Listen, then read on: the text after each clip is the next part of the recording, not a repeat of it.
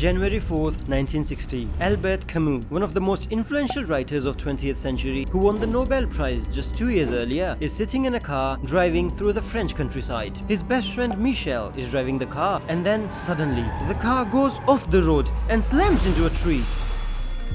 Camus did not survive. But what seemed like an accident at first, later investigations pointed towards a story of conspiracy, possibly a murder of the most popular author in Europe at the time, because in his pocket they found a train ticket. A ticket for the very train he was supposed to take that day. So why was he in that car instead? Who made him change his plans? And why?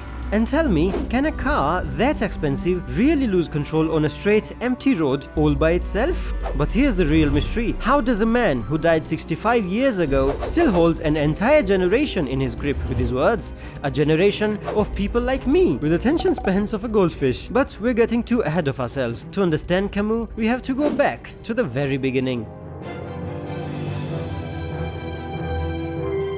It's November 7, 1913, a small village in French Algeria. In the house of a farmer, a child is born. But wait, is that a cigarette in his mouth?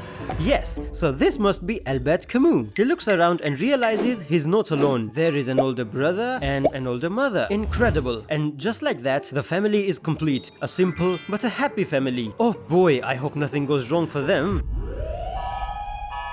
What's that? Why are there sirens blaring? September 1914. World War I swallows Europe, and France is at war. Camus' father is drafted into the French army and sent into a battle. But I have a question for you. What do you think will happen to a farmer who's given a rifle and asked to fight with zero training? And your options are: 1. He wins the battle just with his sheer courage. Option 2. He does not know what to do and gets injured immediately. Obviously, his father chose the second one, and within the first couple of weeks in the battle, he got severe injuries and died. Okay then, slight update. Now the Camus family is just Albert, his older brother, and their mother, who suddenly has the responsibility of raising 2 boys all by herself. But there's a slight problem. She's partially deaf, illiterate, and very introverted. So she can't get a job and raise the kids all by herself. She needs help. So she calls for her own mother, the grandmother.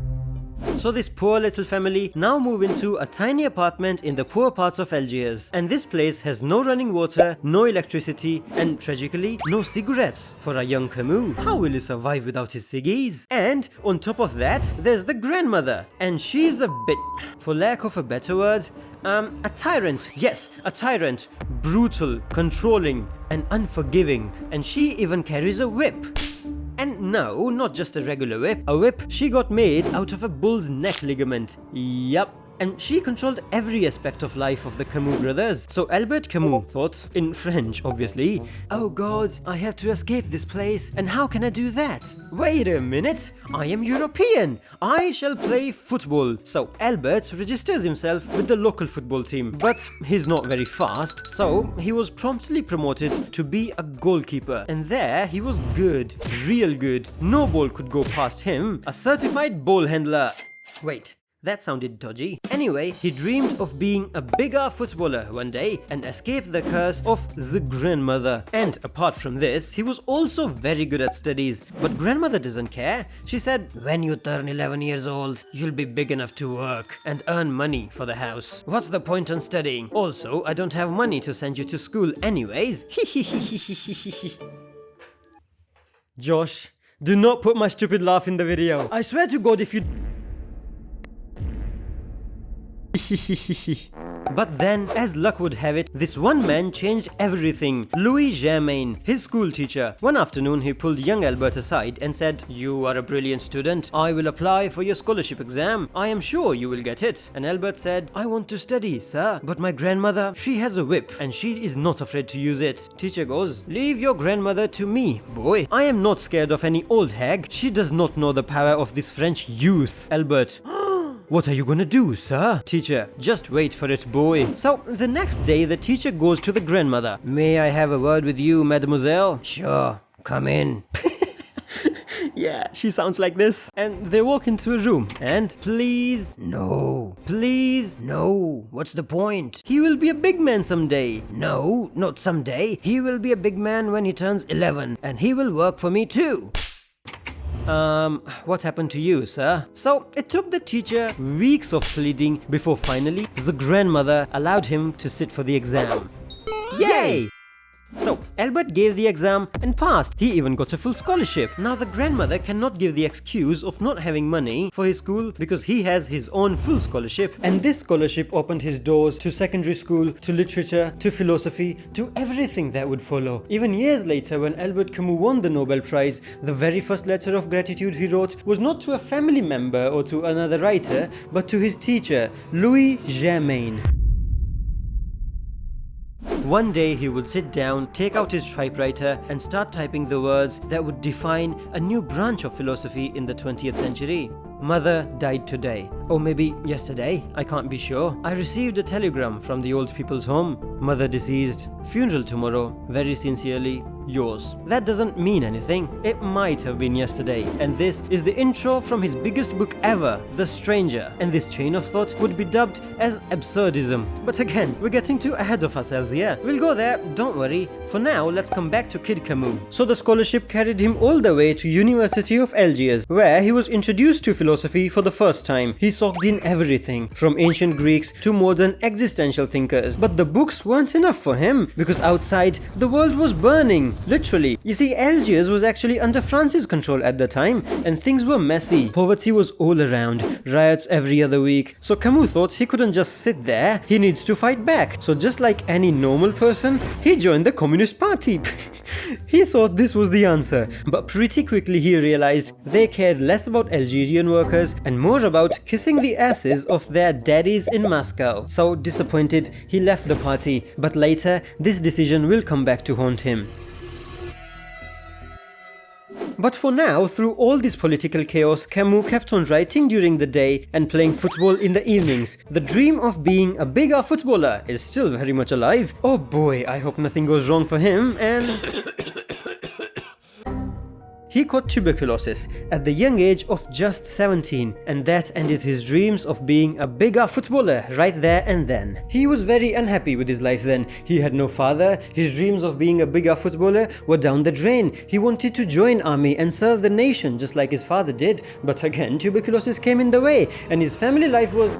let's not talk about that. He was miserable. Now only a woman's touch can bring sunshines back to his life, but it's never that simple now, is it?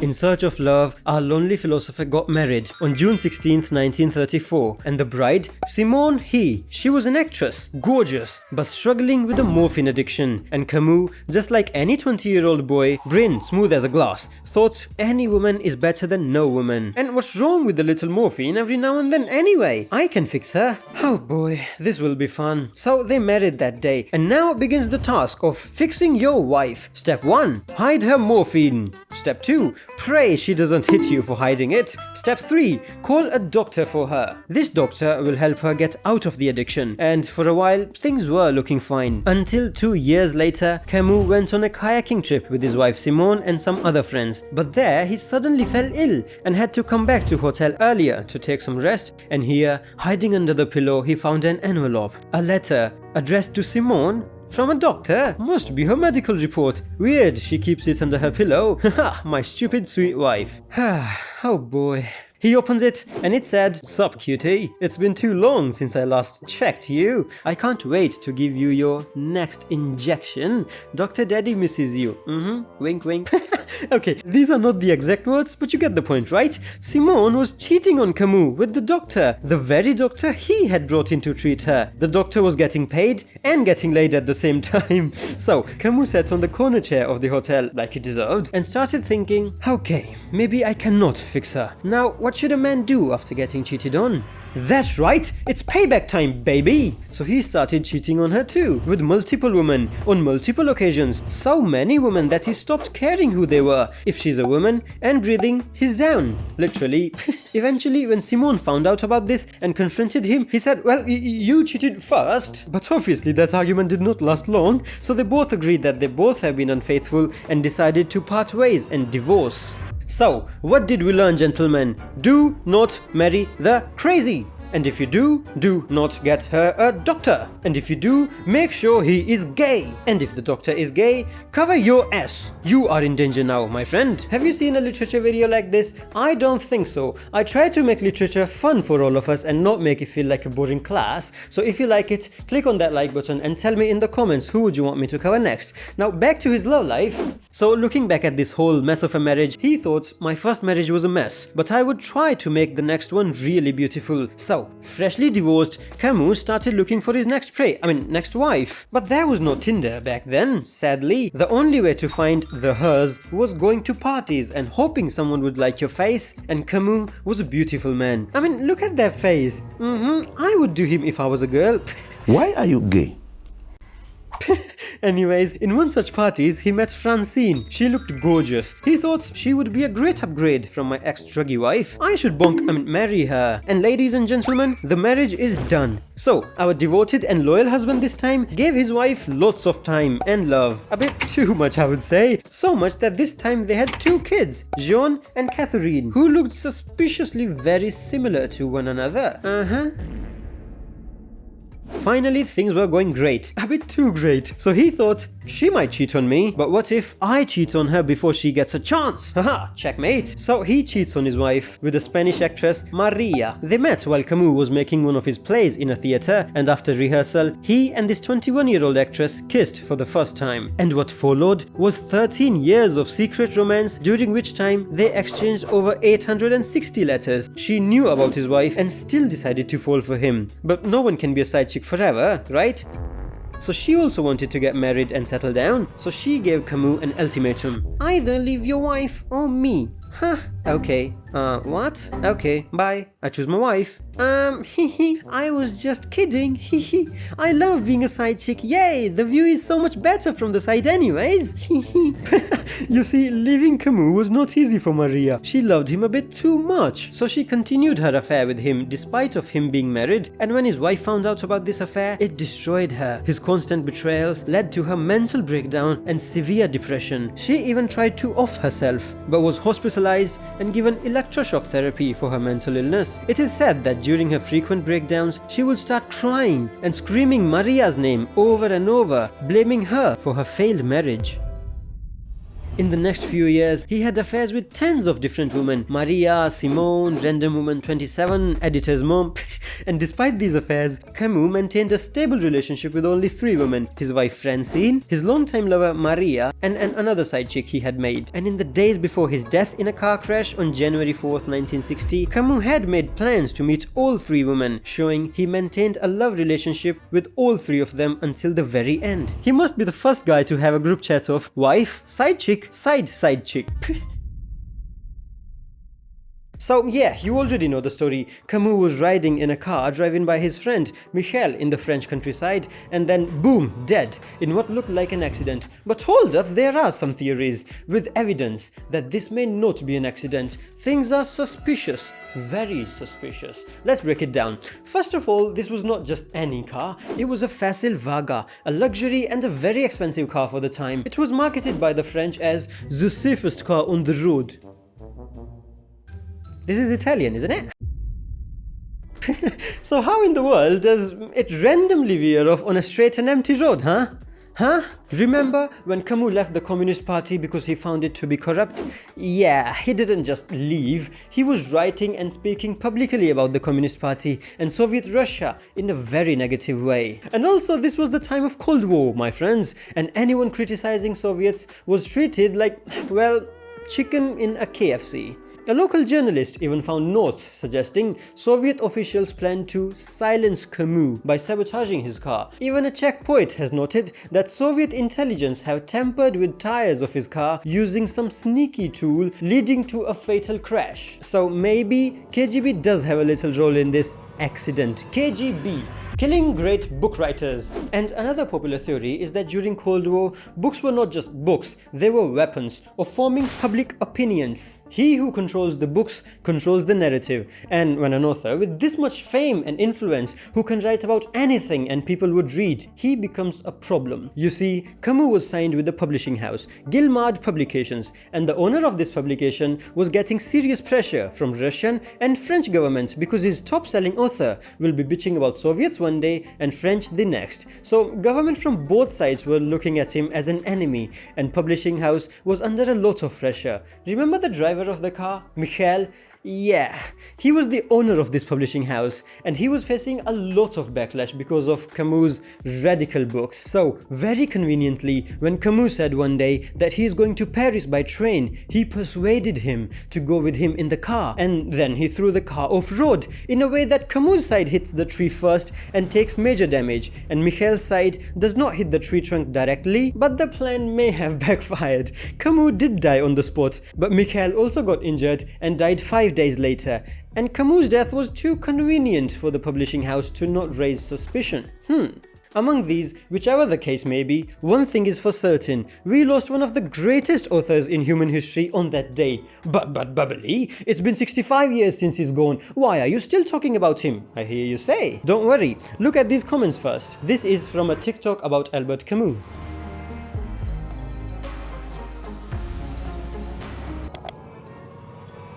"7 days a week.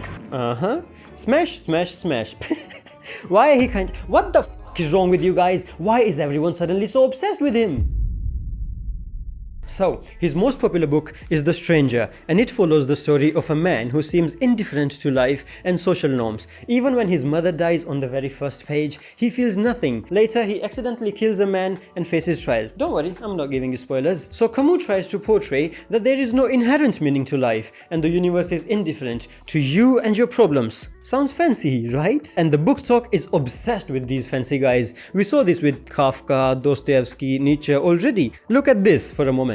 He can fix me. Where have I heard this one before? He is so majestic, I love him. Okay ladies, I get it. He's a good looking man, but goddamn, you are so thirsty. I want to sit in his lap, staring at his handsome face as he reads me his book, The Stranger.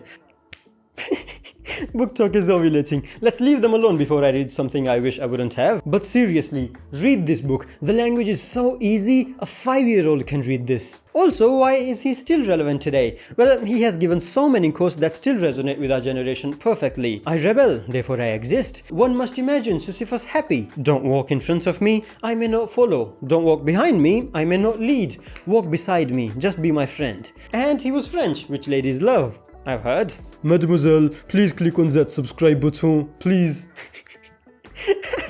So gentlemen and ladies, if you're interested in other similar videos about Kafka, Dostoevsky, Nietzsche, go on my channel and have fun. Bye.